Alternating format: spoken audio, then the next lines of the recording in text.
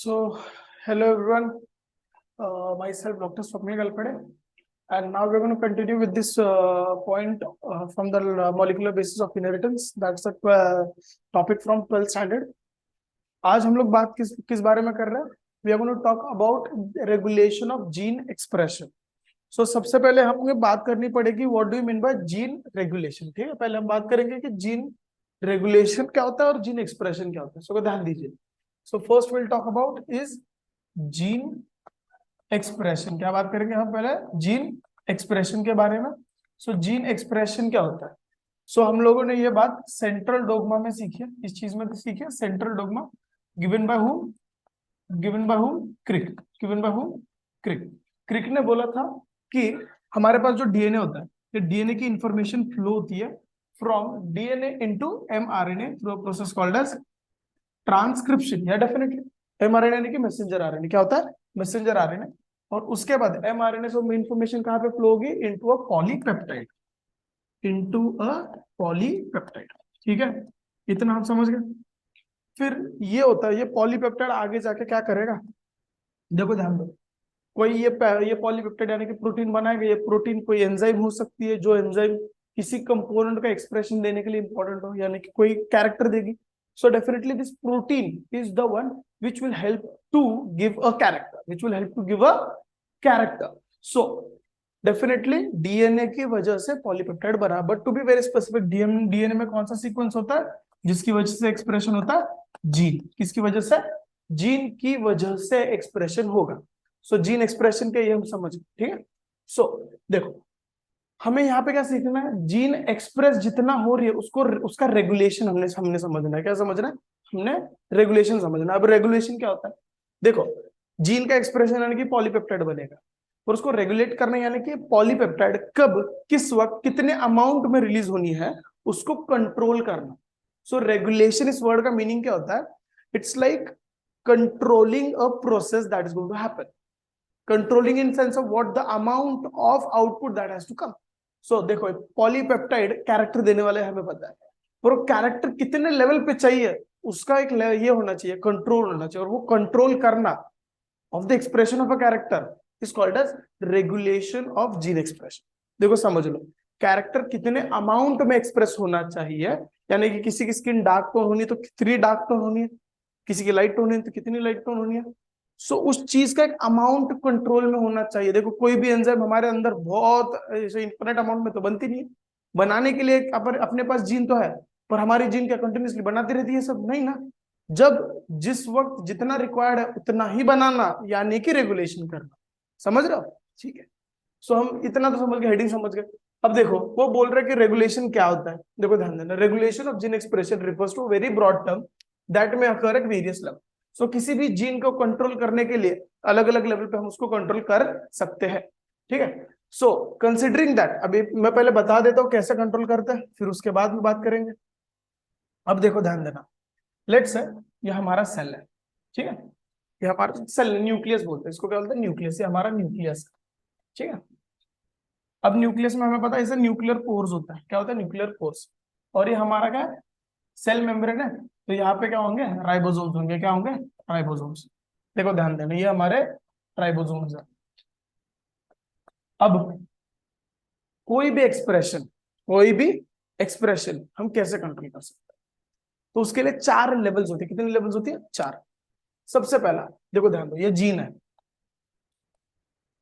ये जीन. अभी जीन का हम क्या करेंगे? According to central dogma transcription करेंगे.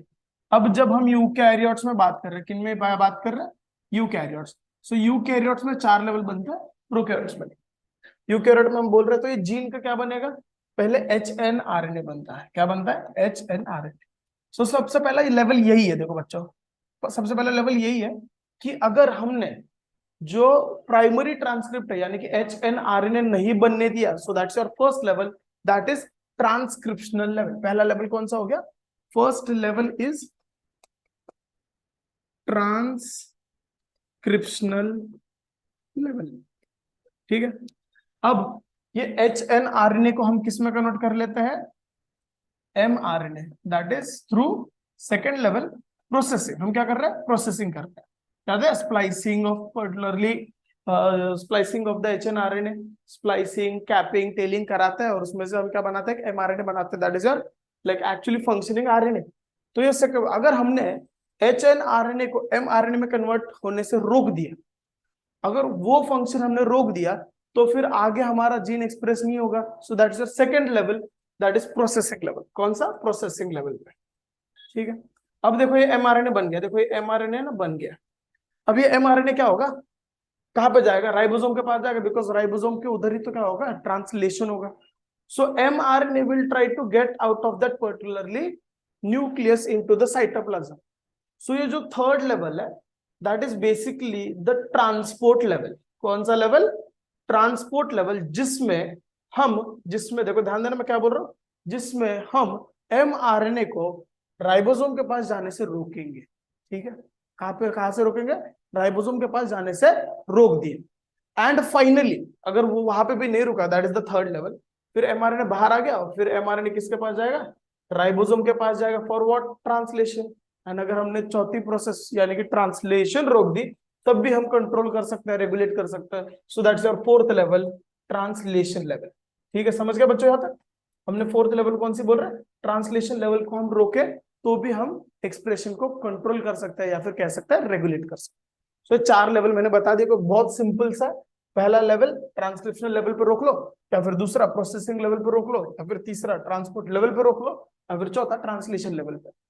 प्रोकैरियोट्स में एक तो ट्रांसक्रिप्शनल लेवल हो सकता है या फिर ट्रांसलेशनल लेवल पर, ज्यादा कॉमन प्रोकैरियोट्स में ट्रांसलेशनल लेवल है जो हम हमारे सिलेबस में पढ़ने वाले। आसान भी है और ज्यादा कॉमन भी है ये। ठीक है, सो एक बार देख लेते हैं एनसीईआरटी क्या बोल रही है। देखो देख लो, एनसीईआरटी में वही बताया होगा। देखो, considering that gene expression results in, gene express होती है तो क्या बनता है? सिंपल सा, polypeptide. It can be regulated, polypeptide बनने से हम उसको बनने के लिए रेगुलेट कर सकते हैं at various levels in eukaryotes. देखो बहुत ये ज्यादा इंपॉर्टेंट, इसको बॉक्स कर लेना बिकॉज एनसीईआरटी में ये रेफरेंस इंपॉर्टेंट है, क्योंकि अकल होनी चाहिए। ये चार लेवल प्रोकैरियोट में बन ही नहीं सकता है, क्योंकि प्रोकैरियोट में एचएनआरएनए नहीं बनता, सीधा एमआरएनए बनता है। सो ये इन यूकैरियोट हमेशा याद रखना, इनके बाद वाले वर्ड्स बहुत ज्यादा इंपॉर्टेंट है because it gives specificity of an organism और एन ऑब्जेक्ट। ठीक है, सो इनके बाद वाले वर्ड्स बहुत इंपॉर्टेंट होता है बिकॉज वो रेफरेंस टर्म्स होता है जिसकी वजह से एमसीक्यूज ट्विस्ट बनते हैं। So in eukaryotes the regulation could be exerted at first transcriptional level, that is formation of primary transcript. Of primary transcript यानी कि क्या? एचएनआरएनए बनने के वक्त, एचएनआरएनए के बनने के वक्त हम उसको अगर प्रोसेस को रोक ले तो हम रेगुलेट कर रहे हैं। ठीक है, दूसरा प्रोसेसिंग लेवल। कौन सा? प्रोसेसिंग लेवल, यानी कि रेगुलेशन ऑफ स्प्लाइसिंग। एचएनआरएनए से एमआरएनए बनने में अगर हमने रोक दिया तब भी क्या हो सकता है? हम प्रोसेस को कंट्रोल कर रहे हैं। उसके बाद transport of mRNA from nucleus to the cytoplasm. क्यों? वहां पर राइबोसोम है, सो ट्रांसपोर्ट भी रोक सकते, थर्ड लेवल। और fourth translational level, translational level. So चार लेवल्स है जो यूकैरियोट में हम रेगुलेशन के लिए यूज कर सकते हैं। बट मैंने पहले ही बता दिया, प्रोकैरियोट में बस कौन से होंगे? पहला और आखिरी, जिसमें सबसे कॉमन कौन सा है? पहला। ओके कूल, नेक्स्ट चलो आगे पढ़ते हैं। तो उन्होंने एक्सप्रेशन का एक एग्जांपल दे रखा है कि रेगुलेशन क्यों किया जाता है, रेगुलेशन क्यों किया जाता है। बट ऑब्वियस पहली चीज तो एनर्जी वेस्ट जाएगी ना, अगर जरूरत ही नहीं है किसी एक्सप्रेशन की, उस मूवमेंट में उस एक्सप्रेशन की जरूरत नहीं होगी तो नहीं होगा ना। अगर आप ये सोचो कि बहुत गर्मी चल रही है, ठीक है, और स्वेटिंग, जब स्वेटिंग हो रही है एंड तुम्हारी बॉडी अभी बोल रही है कि और स्वेटिंग बनाते हैं, पहली स्वेटिंग बहुत चल रही है, गर्मियों में पहली बॉडी में पानी कम होता है, और सडनली आपकी बॉडी बोल रही है कि नहीं मेरे को और पानी निकालना है बाहर, ये तो इररिलेवेंट चीज होगी ना। उसके लिए क्यों एनर्जी कराएगी हमारी बॉडी तो ट्राई करेगी ना कंजर्व करने के लिए। सो पूरा बायोलॉजी है प्रोग्राम्ड चीज होती है। क्या होती है? प्रोग्राम्ड चीज, कि जब जो चीज की जरूरत होती है ना तभी वो होनी चाहिए। सो इसी को बोलेंगे ना रेगुलेशन, जब चाहिए तभी होगी, जितना चाहिए तभी उतना ही होगी, एक्स्ट्रा नहीं करेंगे, इररिलेवेंट टाइम पे नहीं करेंगे। समझ रहे? सो रेगुलेशन समझ लो, क्योंकि एक बार रेगुलेशन की टर्म समझ गए ना तभी जाके तुम उसको फील कर सकते हो कि ये क्यों हो रहा है। सो उसका फील बहुत इंपॉर्टेंट, वो टर्म का फील बहुत इंपॉर्टेंट है। देखो ध्यान दो, so gene in a cell are expressed to perform, देखो बहुत इंपॉर्टेंट बोल रहे, gene in a cell, gene in a cell are expressed, वो एक्सप्रेस होंगे to perform a particular function और अ सेट ऑफ फंक्शन। देखो अब यहाँ पे ना बहुत अच्छा वर्ड यूज किया है, पर्टिकुलर फंक्शन या फिर सेट ऑफ फंक्शन। ऐसा क्यों बोल रहा हूं मैं? देखो क्योंकि जीन है ना, दो प्रकार की होती है। जीन कितने प्रकार की होती है? दो। एक होता है जिसे बोलते हैं मोनोसिस्ट्रॉनिक जीन, जो कि हमने बात कर रखी होगी प्रीवियस लेक्चर्स में, मोनोसिस्ट्रॉनिक जीन। और दूसरा होता है पॉलीसिस्ट्रॉनिक जीन। मोनोसिस्ट्रॉनिक जीन में क्या होता है, वो एक जीन है जो एक पेप्टाइड देगी, और वो एक पेप्टाइड आगे जाके देगा एक फंक्शन, राइट, एक पर्टिकुलर फंक्शन। मोनोसिस्ट्रॉनिक किन में कॉमन है? यूकैरियोट्स में। किन में कॉमन है? यूकैरियोट। बट उसी जगह पॉलीसिस्ट्रॉनिक में क्या होता है, एक ही स्ट्रक्चरल जीन होती है जो मोर देन वन पेप्टाइड, नहीं मोर देन, उल्टा साइन होना चाहिए। पेप्टाइड नंबर क्या होगा हमारे पास, तब एक से ज्यादा होगा। कितना होगा? एक से ज्यादा। जैसे कि हम बात करने वाले हैं इस टॉपिक में, एक से ज्यादा अगर पेप्टाइड्स मिल रहा है तो that is going to be, एक जीन अगर एक से ज्यादा पेप्टाइड दे रही है तो पॉलीसिस्ट्रॉनिक जीन, जो कि किन में कॉमन है? प्रोकैरियोट्स। किन में कॉमन है? प्रोकैरियोट्स। समझ रहे हैं? इतना पार्ट समझ गए? ठीक है। तो फिर यहाँ पे जो उन्होंने रेफरेंस दिया, ये हम समझना चाहिए। एनसीईआरटी है ना, वो छुपा के बातें करती है। देखो यहाँ पे बोल दिया जीन है, वो एक्सप्रेस कर रही है फॉर पर्टिकुलर फंक्शन, तो वो जीन कैसे होगी? मोनोसिस्टोनिक, जो किन में होगी? यूकैरियोट्स में। और सेट ऑफ फंक्शन, सो पॉलीसिस्टोनिक के बारे में बात कर रहे हैं तो किन में होगी? प्रोकैरियोट्स। ठीक है। फॉर एग्जाम्पल देखो, उन्होंने एक एग्जाम्पल दिया जो प्रोकैरियोट का ही है। If an enzyme called beta galactosidase, देखो एक एंजाइम का नाम है बीटा गैलेक्टोसाइडेज। एंजाइम का काम क्या होता है? ये एंजाइम लैक्टोज शुगर को ब्रेक करने के लिए होती है। लैक्टोज शुगर एक डाइसैकेराइड है। लैक्टोज शुगर जो है ना, एक डाइसैकेराइड है। क्या है वो? एक डाइसैकेराइड है। सो वो लैक्टोज शुगर को ब्रेक करने के लिए, वो लैक्टोज शुगर को अगर हम ब्रेक करेंगे तो एंजाइम कौन सी यूज करेंगे? Beta galactosidase. क्या बोला मैंने? Beta galactosidase. ये एंजाइम अगर यूज किए तो ये जो लैक्टोज शुगर है हमारा, वो ब्रेक हो जाएगा इनटू ग्लूकोज एंड गैलेक्टोज। क्या बोला मैंने? Glucose and galactose. ठीक है। अब ये डाइसैकेराइड है, ये दोनों मोनोसैकेराइड्स है। अब ये ब्रेक करने के लिए, ये ब्रेक करने के लिए कौन सा एंजाइम चाहिए? Beta galactosidase. अब ये शुगर है, शुगर क्या करता है? एनर्जी देता है। सो समझ लो ये एक बैक्टीरिया। जब बैक्टीरिया को हमने लैक्टोज में डुबा रखा है, लैक्टोज के सोल्यूशन में डुबा है, अब ये बैक्टीरिया को खाने के लिए क्या अवेलेबल है? कौन सा शुगर अवेलेबल है? लैक्टोज। तो लैक्टोज जब अंदर आएगा, उसको ब्रेक करने के लिए कौन से एंजाइम चाहिए? Beta galactosidase. Beta galactosidase. So lactose available होगा तो उसको क्या चाहिए? Beta galactosidase. पर हम अभी बोल रहे हैं बैक्टीरिया को हमने लैक्टोज दिया ही नहीं है। तो अगर बैक्टीरिया को लैक्टोज मिल ही नहीं रहा तो ये एंजाइम उसके कुछ काम की है? नहीं है। तो अगर वो एंजाइम उसके काम की नहीं है तो बैक्टीरिया क्यों अपनी एनर्जी वेस्ट करेगा ये एंजाइम बनाने को हर वक्त? तो ये समझ लो, अगर लैक्टोज है तो इसकी जरूरत है। सो जब लैक्टोज होगा बैक्टीरिया के पास, तब ही बैक्टीरिया, उसके पास जो एंजाइम जीन होगी, जो क्या बनाएगी? बीटा गैलेक्टोसाइडेज एंजाइम बनाएगी, वो जीन का एक्सप्रेशन कराएगी। और जब लैक्टोज नहीं होगा, वो जीन एक्सप्रेशन नहीं होगी और बीटा गैलेक्टोसाइडेज नहीं बनेगी। सो यहाँ पे ये समझ लो बच्चों कि अगर लैक्टोज अवेलेबल है तो ही बीटा गैलेक्टोसाइडेज की जरूरत है, वरना नहीं है। और अगर लैक्टोज नहीं होगा तो जीन एक्सप्रेस नहीं होगी, और जीन एक्सप्रेस नहीं होगी तो बीटा गैलेक्टोसाइडेज नहीं बनेगा, जिसकी जरूरत थी नहीं। पर अगर लैक्टोज होगा तब ही जाके वो जीन एक्सप्रेस हो रही है और तभी जाके बीटा गैलेक्टोसाइडेज एंजाइम बन रही है। समझ में आ गया? बहुत इजी सा एग्जांपल है। सो यहाँ पे रेगुलेशन ही हुआ ना। क्या हुआ? रेगुलेशन हुआ। क्या हुआ? रेगुलेशन, जिसमें अगर जीन की जरूरत होगी तो बनाया, नहीं तो नहीं। क्लियर है? चलो सो आगे पढ़ते हैं। देखो ध्यान देना, बहुत स्टेप बाय स्टेप, एक एक लाइन आगे जा रहा हूं मैं। So for example, if an enzyme called beta galactosidase is synthesized by whom? कौन सा बैक्टीरिया पता है? E. coli. It is used, E. coli पता है सबको, बैक्टीरिया बहुत common bacteria. It is used to catalyze what? The hydrolysis. Hydrolysis यानी कि क्या? पानी दे के एक मॉलिक्यूल अगर हम ब्रेक करें, लिसिस यानी कि ब्रेक, हाइड्रो यहाँ पे क्या रिप्रेजेंट कर रहा है? पानी। सो पानी डाल के चीजें तोड़ना यानी कि hydrolysis. So E. coli it is used to catalyze the hydrolysis of a disaccharide, कौन सा? लैक्टोज। ठीक है। Into what? Galactose and glucose. The bacteria use them as the source of energy. और फिर इनको क्या बोल के यूज करेगा? क्या बोल के यूज करेगा? Energy source. Hence if the bacteria, अगर बैक्टीरिया के पास डू नॉट हैव, बैक्टीरिया को अगर लैक्टोज नहीं है available around them to be utilize for energy source, देखो ये line important, they would no longer require the synthesis of the enzyme. समझ रहे हो? लैक्टोज नहीं है तो एंजाइम बनाने की जरूरत नहीं है। समझ में आ गया? आई होप समझ में आ गया ये पार्ट। कौन सी एंजाइम है? बेटा गैलेक्टोसाइडेज, ठीक है। सो यहाँ पे देखो एक सिंपल टर्म्स में उन्होंने समझाया। So therefore in simple terms it is the metabolic, एक तो मेटाबॉलिक रिक्वायरमेंट या फिर फिजियोलॉजिकल रिक्वायरमेंट या फिर एनवायरमेंटल रिक्वायरमेंट होगी, यानी कि तीन कंडीशन। ये बहुत इंपॉर्टेंट है एमसीक्यू के लिए, वो पूछेंगे कौन सी तीन चीजें हैं जो रेगुलेशन करवाने के लिए रिस्पॉन्सिबल हो सकती है। कोई एनवायरमेंटल कंडीशन होगी जिसकी वजह से वो काम कराना होगा, कोई फिजियोलॉजिकल कोई फंक्शनल रिक्वायरमेंट होगी, या फिर मेटाबॉलिक यानी कि कोई कंपाउंड ब्रेक करना होगा या फिर कोई कंपाउंड बनाना होगा, उस मोमेंट के लिए रिक्वायर्ड होगा, तो वो एंजाइम बननी है, फिर तो ही वो जीन एक्सप्रेस करवाई जाएगी, वरना नहीं करवाई जाएगी। सो एग्जाम के लिए एमसीक्यू के लिए बहुत इंपॉर्टेंट है, क्योंकि पूछेंगे इनमें से कौन सा नहीं कराता। सो पहला देखो मेटाबॉलिक, दूसरा फिजियोलॉजिकल, तीसरा एनवायरमेंटल कंडीशंस होती है जो कोई भी जीन को रेगुलेट करवा सकती है। ये तीन चीज होगी जो रेगुलेशन कराती है। सो देखो metabolic, physiological, environmental condition that regulate the expression of gene, बहुत इंपॉर्टेंट है।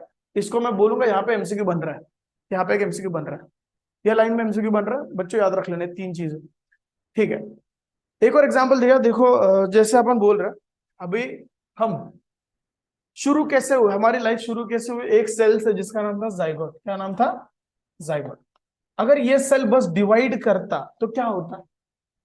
जन्मने के बाद बस एक बल्क होता सेल्स का, वो बेबी जैसा नहीं दिखता, जिसको मुंह हो, आंखें हो, नाक हो, हाथ पैर हो, क्योंकि बस डिवाइड कर रहे हैं ना सेल, सेल एक का दो हो रहा है, एक का दो।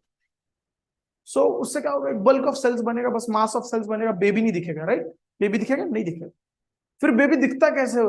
मतलब 9 महीने बाद जब डिलीवरी होती है तो कोई भी पर्टिकुलरली प्रेग्नेंट लेडी क्या देती है? मास ऑफ सेल्स थोड़ी देती है, एक बच्चे को जन्म देती है।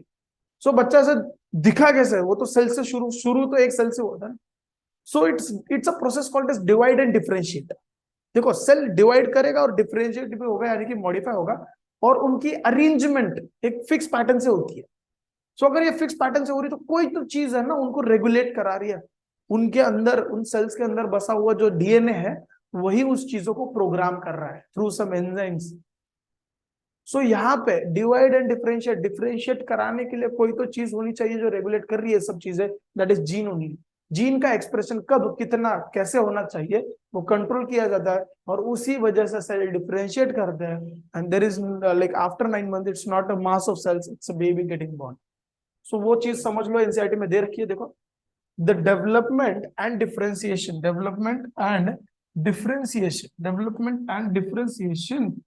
of embryo into an adult organism are also a result of coordinated regulation।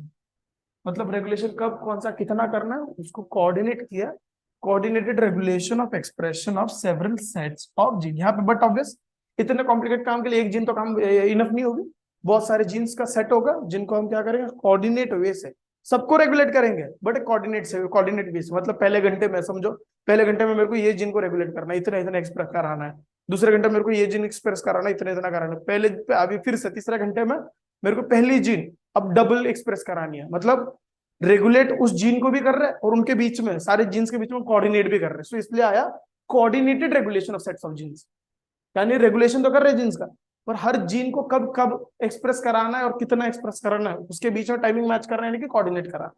सो समझ रहे हो? चलो ठीक है। अब उन्होंने प्रोकैरियोट्स के बारे में बात करना चालू किया। सो देखो मैं बोल रहा हूं, हर बार बोलो, इनके बाद का वर्ड बहुत इंपॉर्टेंट है, इनके बाद का वर्ड बहुत ज्यादा इंपॉर्टेंट है, बिकॉज ये एग्जाम को, क्वेश्चन को क्या बना देता है, एक रेफरेंस बना देता है। क्या बना देता है? Reference. Hold a second guys, so ध्यान देना। सो इन प्रोकैरियोट्स, पहले बॉक्स कर ले इसको, in prokaryotes control of rate of transcriptional initiation, transcriptional initiation, अब ये बहुत इंपॉर्टेंट टर्म है।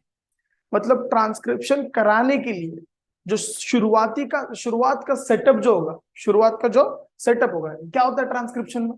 देखो जीन है, जीन पे कौन सी एंजाइम आएगी? डीएनए पॉलीमरेज एंजाइम होती है, सॉरी आरएनए पॉलीमरेज एंजाइम होगी, DNA dependent RNA polymerase enzyme उस जीन पे आएगी और उसका एक्सप्रेशन कराएगी, और क्या बनेगा? एमआरएनए, बस बात खत्म।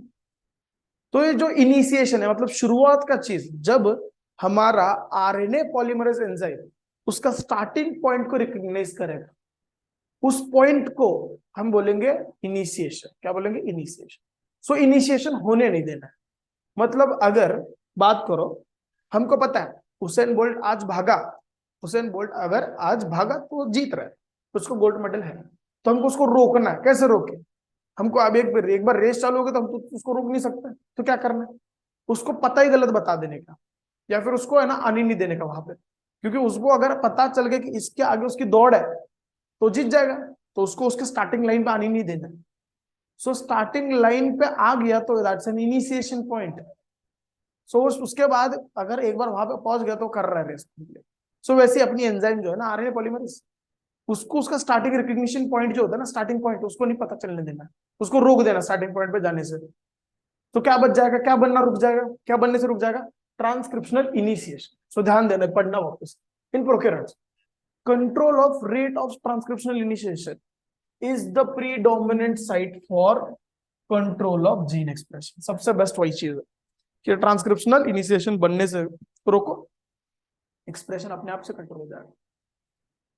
So, in a transcription unit, the activity of RNA polymerase at a given promoter is in turn regulated by interaction with accessory proteins.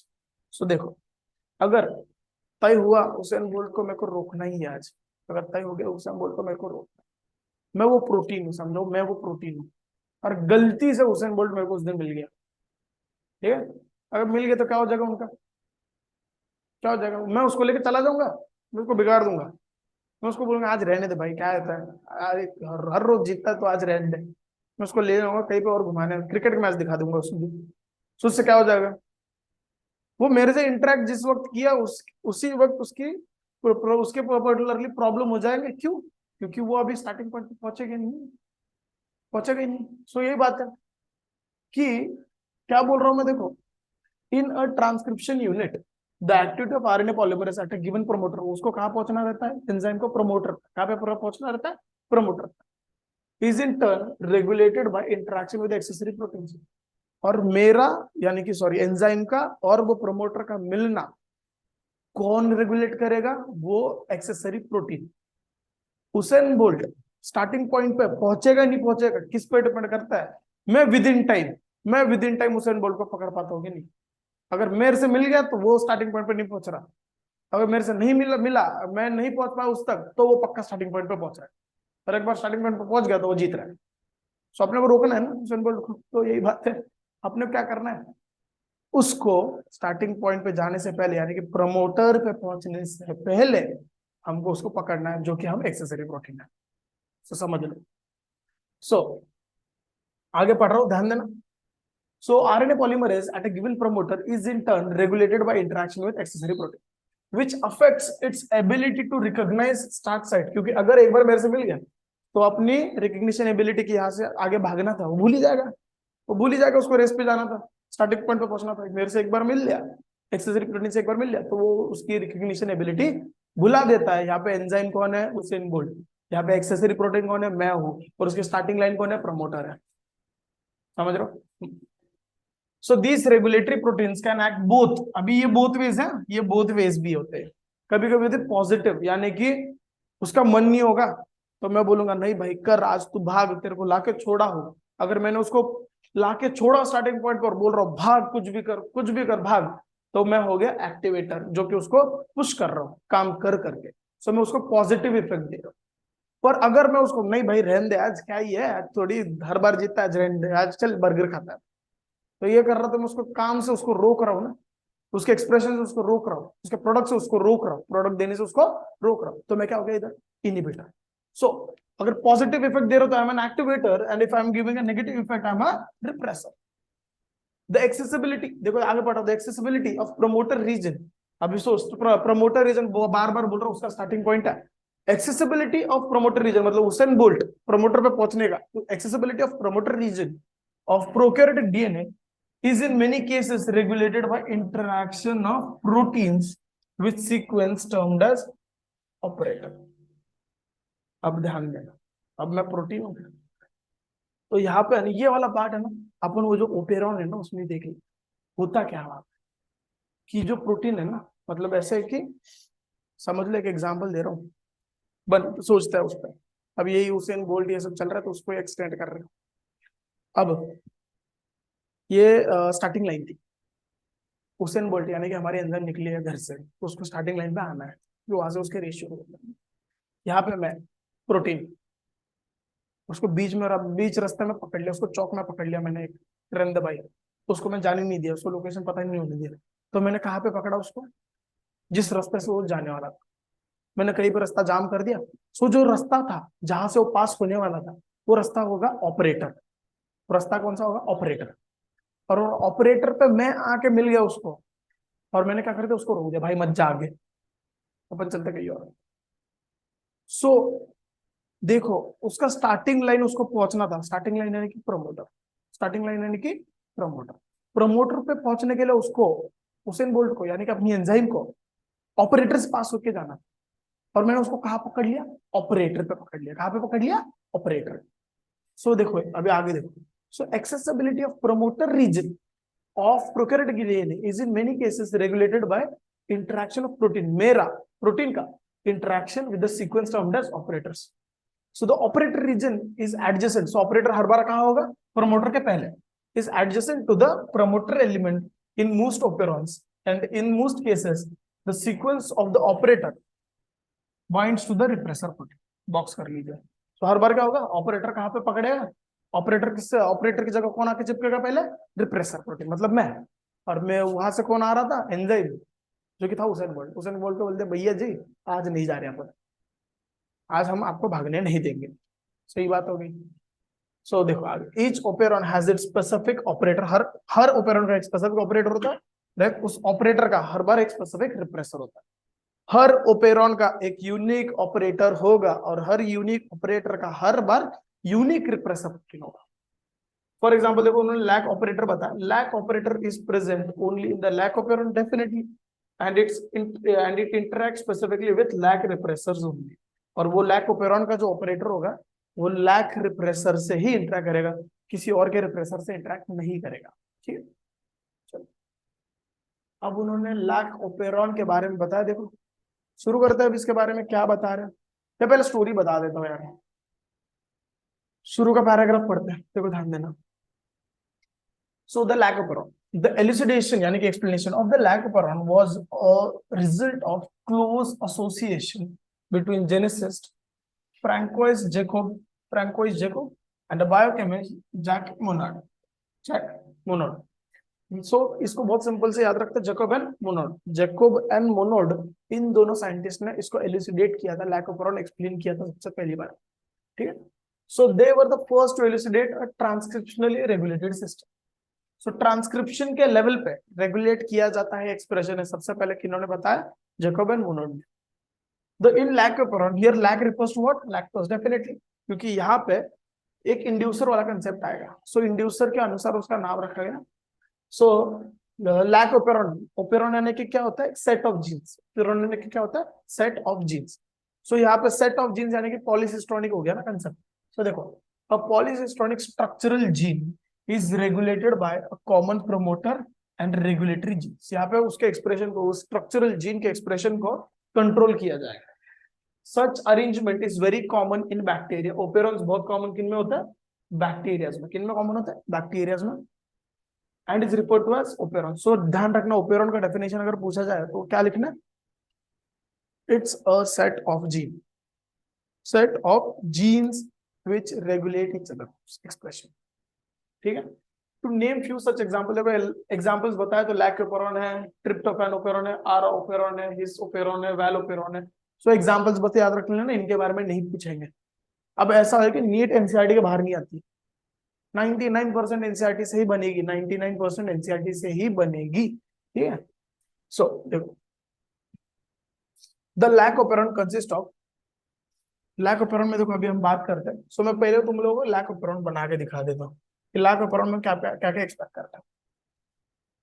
तो देखो मैं एक बोल रहा हूँ कि ये डीएनए हमारा, और इसमें है ना, हमको अल्फाबेट सारा याद रखना है। तो पहले तो क्या याद रखना है, पीपो बोलना है। क्या बोलना है, pipo Z Y A, pipo, pipo Z Y ए।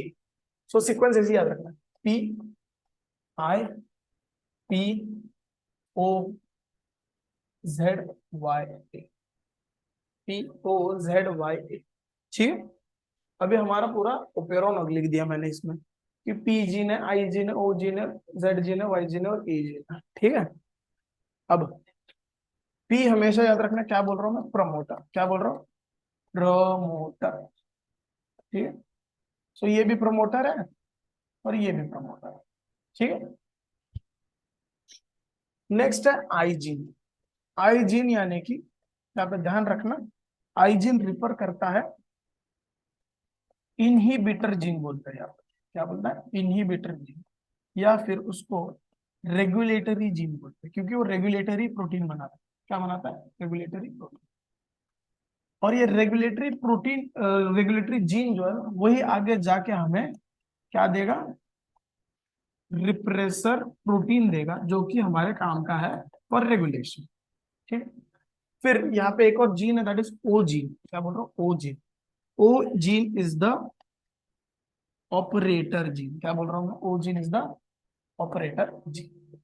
और ये जो ZYA है, ये ZYA हमारी पॉलीसिस्टोनिक स्ट्रक्चरल जीन है, जो हमें 3 एंजाइम देने वाली है। कितनी, 3 एंजाइम। सबसे पहले that is called as beta galactosidase, ये एंजाइम देगा। दूसरा हमारे को मिलने वाला है इसमें परमिएज एंजाइम। कौन सी मिल रही है, परमिएज। और तीसरी एंजाइम जो मिलेगी वो है ट्रांस एसिटाइलेज। ठीक है, 3 एंजाइम की स्ट्रक्चरल जीन देगी। तो देखो ना, एक ये जीन है जो हमें 3 प्रोडक्ट्स दे रही है, सो ये जीन कैसी होगी, पॉलीसिस्टोनिक। यही से समझ गए, ये जीन कैसी है,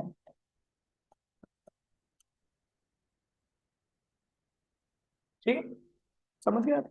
अब ध्यान दो, आगे रीड करा रहे हैं।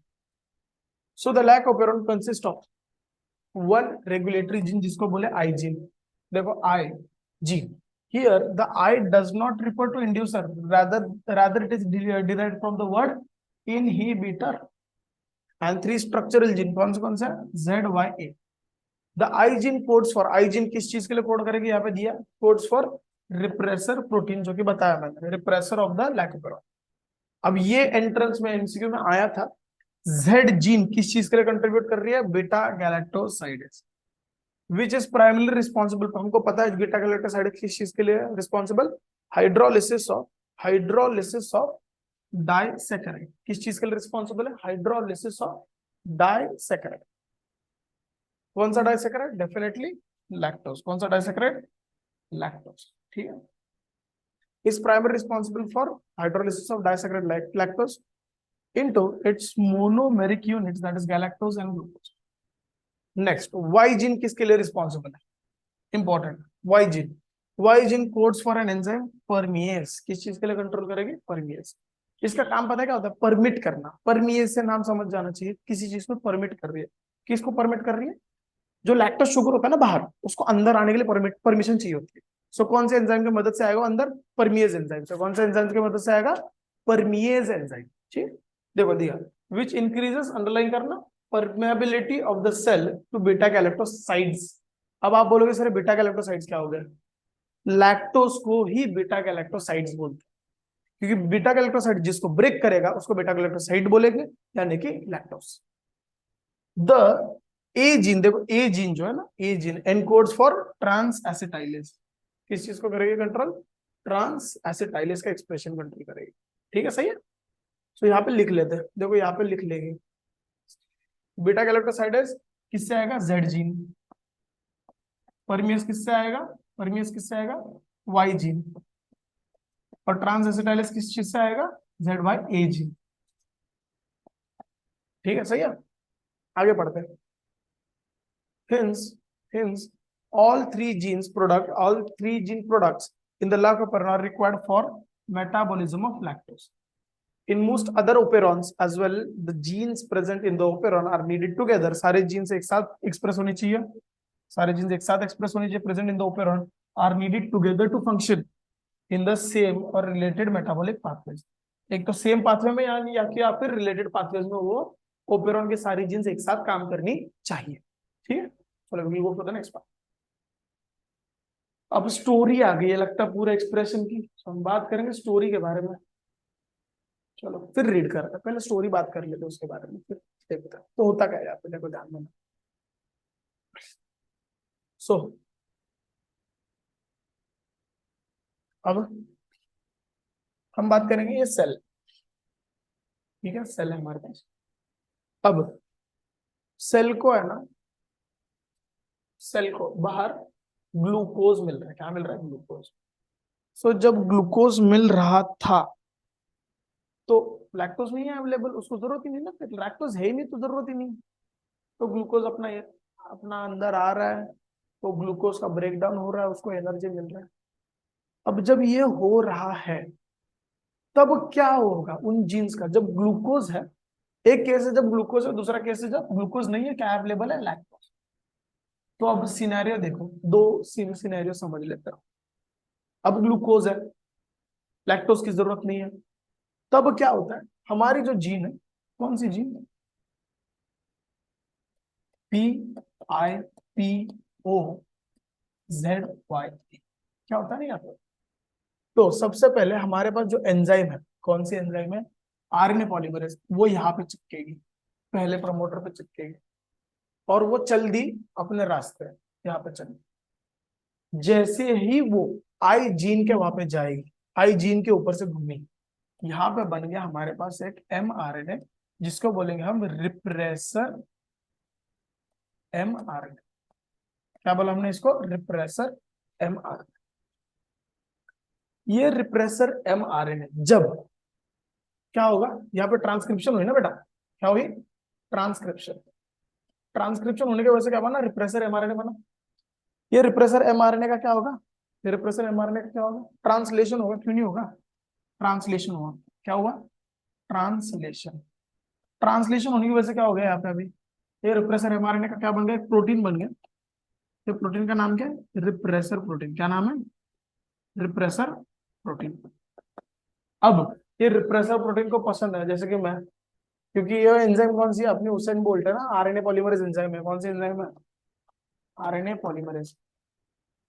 वो जा रही है एक्सप्रेस कराने के लिए, वो कहाँ पे आई थी, जस्ट देखो ये रिप्रेसर प्रोटीन बन गया, जैसे आरएनए पॉलीमरेज यहाँ पे आया था, यहाँ पे प्रमोटर पे पहुंचा, यहाँ पे प्रमोटर पे आरएनए पॉलीमरेज पहुंचा, जो स्ट्रक्चरल जीन की प्रमोटर, उसी वक्त हमारा ये रिप्रेसर प्रोटीन जाके चिपक गया, कहाँ पे, ऑपरेटर पे। किस पे चिपक गया, ऑपरेटर पे। ये हमारा रिप्रेसर प्रोटीन देखो पहुंच गया वहां पे, ठीक है, वहां पे पहुंच गया।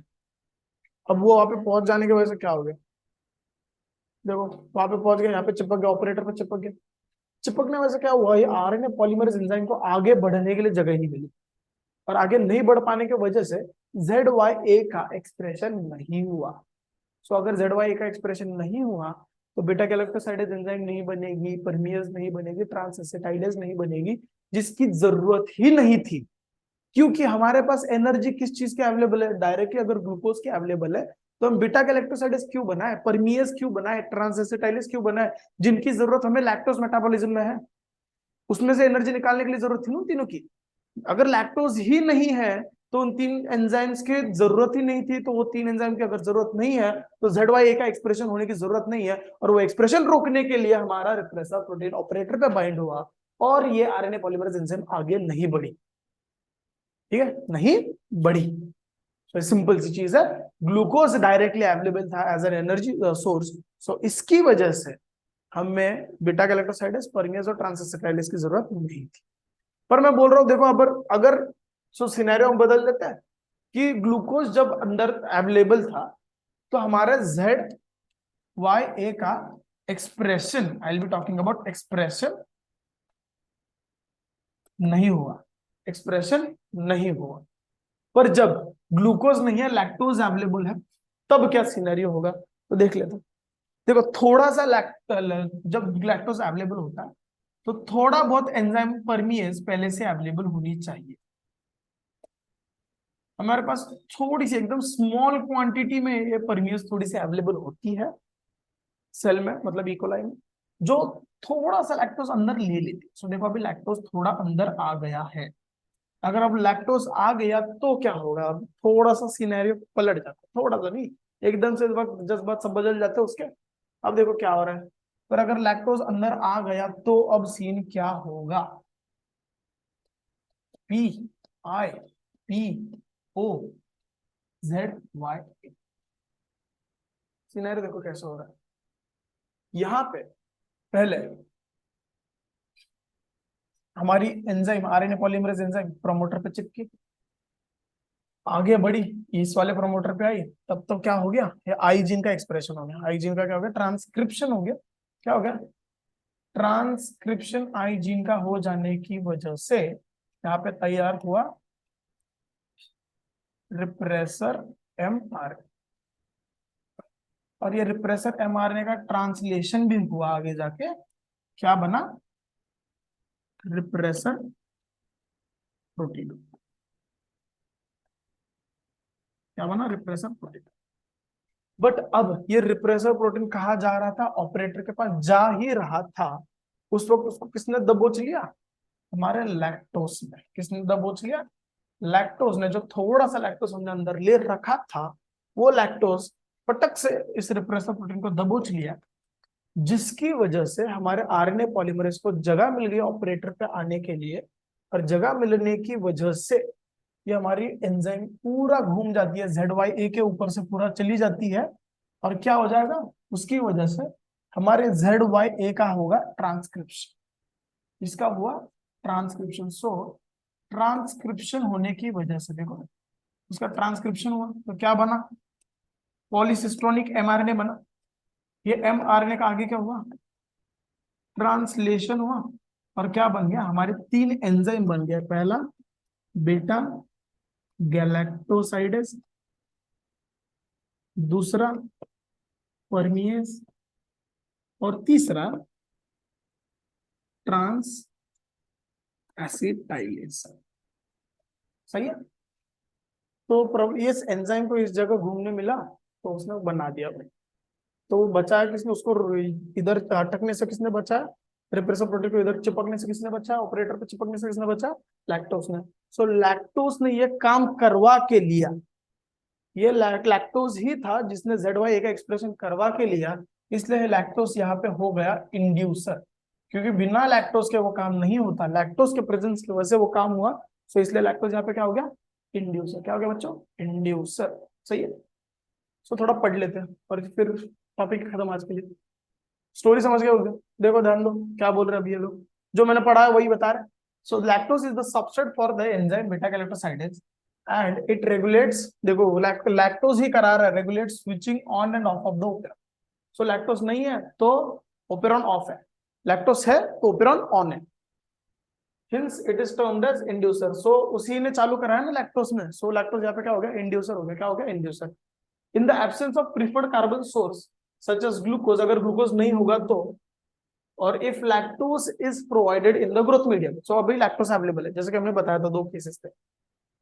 The lactose is transported into the cell through the action of permease. Remember, a very low level of expression of lactoferrin has to be present in the cell all the time. क्यों? क्योंकि lactose अंदर लेने के लिए परमेज थोड़ी चाहिए होती है ना, otherwise lactose cannot enter the cell definitely.